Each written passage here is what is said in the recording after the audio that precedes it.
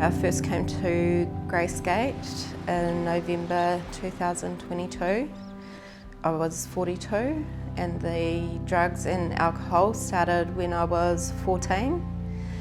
When I was 21, my son was 6 weeks old, and that's when I first tried meth.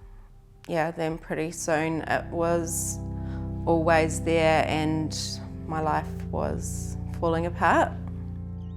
My name is Fee. I'm a directions coach in the Breathe program, and I look after the Women's House and the participants. I'm a mum of 2. My daughter is 18 and my son is 24. I am in recovery, 2 years and 7 months clean and sober, after 28 years in active addiction. A situation happened where I could have really gone one of 2 ways: either stop smoking the meth or dig myself an even deeper hole. And that day I believed that God made only one path available to me. That day I did stop smoking meth, but I wasn't ready to give up yet on the substances, and so I replaced that with alcohol, prescription drugs.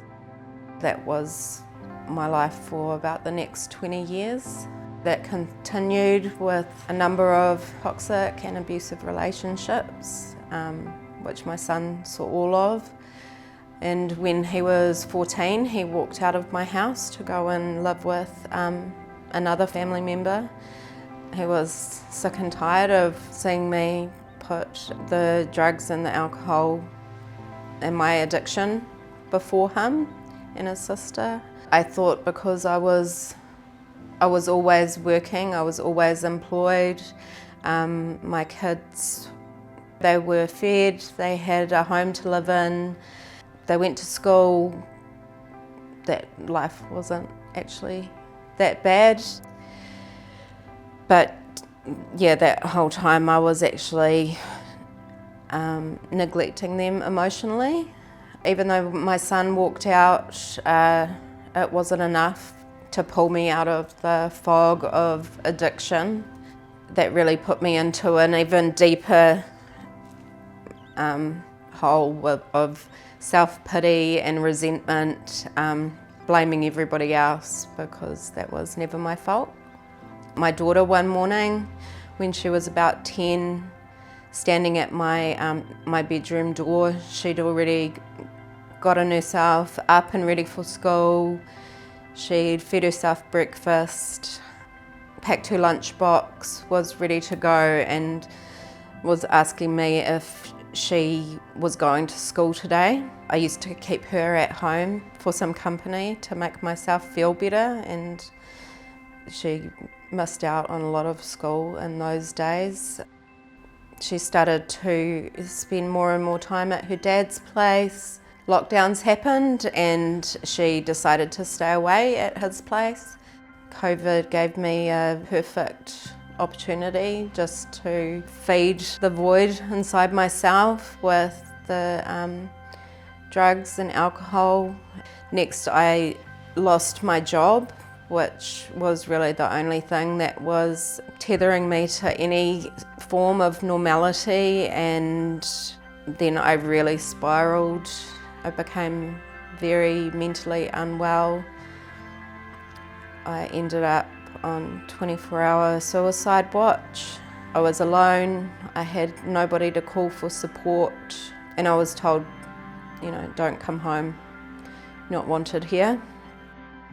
Then I found out about Gracegate and thankfully got a bed at Gracegate, and that did save my life. It still took me a long time to take the first step and admit that my life had become unmanageable, that I was powerless over this addiction. Once I'd taken that first step and surrendered, I started doing the work, counselling. I shared my story with my peers and then received and took on the difficult feedback that they were giving me. And I learned through listening to others' stories and seeing the processes that they were going through, how my actions had really affected other people.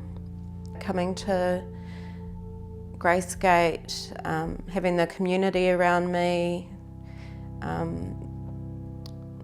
I started to feel acceptance and no judgment. The negative self-talk that I had quietened, and the narrative changed from the lies that I was telling myself. Step 8 is we made a list of all the people that we'd harmed and became willing to make amends to them.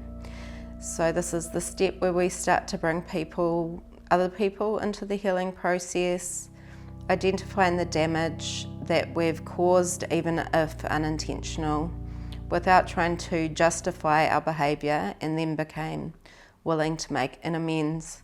This is not an apology and just saying sorry. Making amends means that we actually have to change our behaviours. Can look them in the eye without those feelings of guilt and shame, which are really part of addiction. I worked through all of the steps till step 8, and then I stopped. I was willing to start this, but I couldn't even remember half of the people that I'd harmed, and just the lists of the way that I'd harmed my son and my daughter it just didn't feel like it was enough.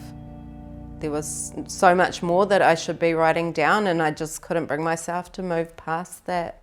They were the ones that I loved the most, that I missed every day, that I thought about every day. They were the ones that I really had harmed the most. I sat on step 8 for almost a year before I finished it. I needed an ultimatum from my sponsor. I prayed a lot through step 8.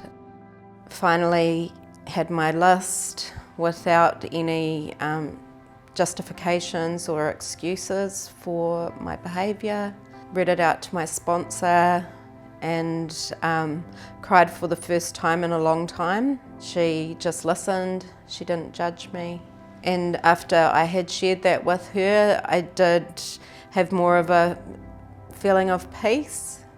1 Corinthians 13, love is patient, love is kind, it does not envy, it does not boast, it is not proud, it does not dishonour, it is not easily angered, it keeps no record of wrongs, love rejoices with the truth, it always protects, trusts, hopes and perseveres, love never fails. It's helped me a lot. I realised that God was working miracles in my life and had been all along, and I see it in the lives of the people around me every day.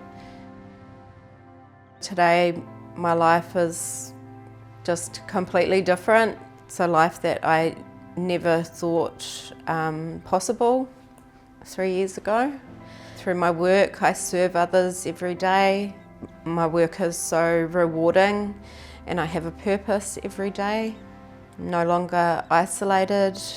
I have a community around me. I have close friends, have my family back in my life, and I have freedom from my addiction today. I think the main thing to remember about step 8 is that we need to face up and take accountability. It's only then that you can begin the journey to healing and freedom.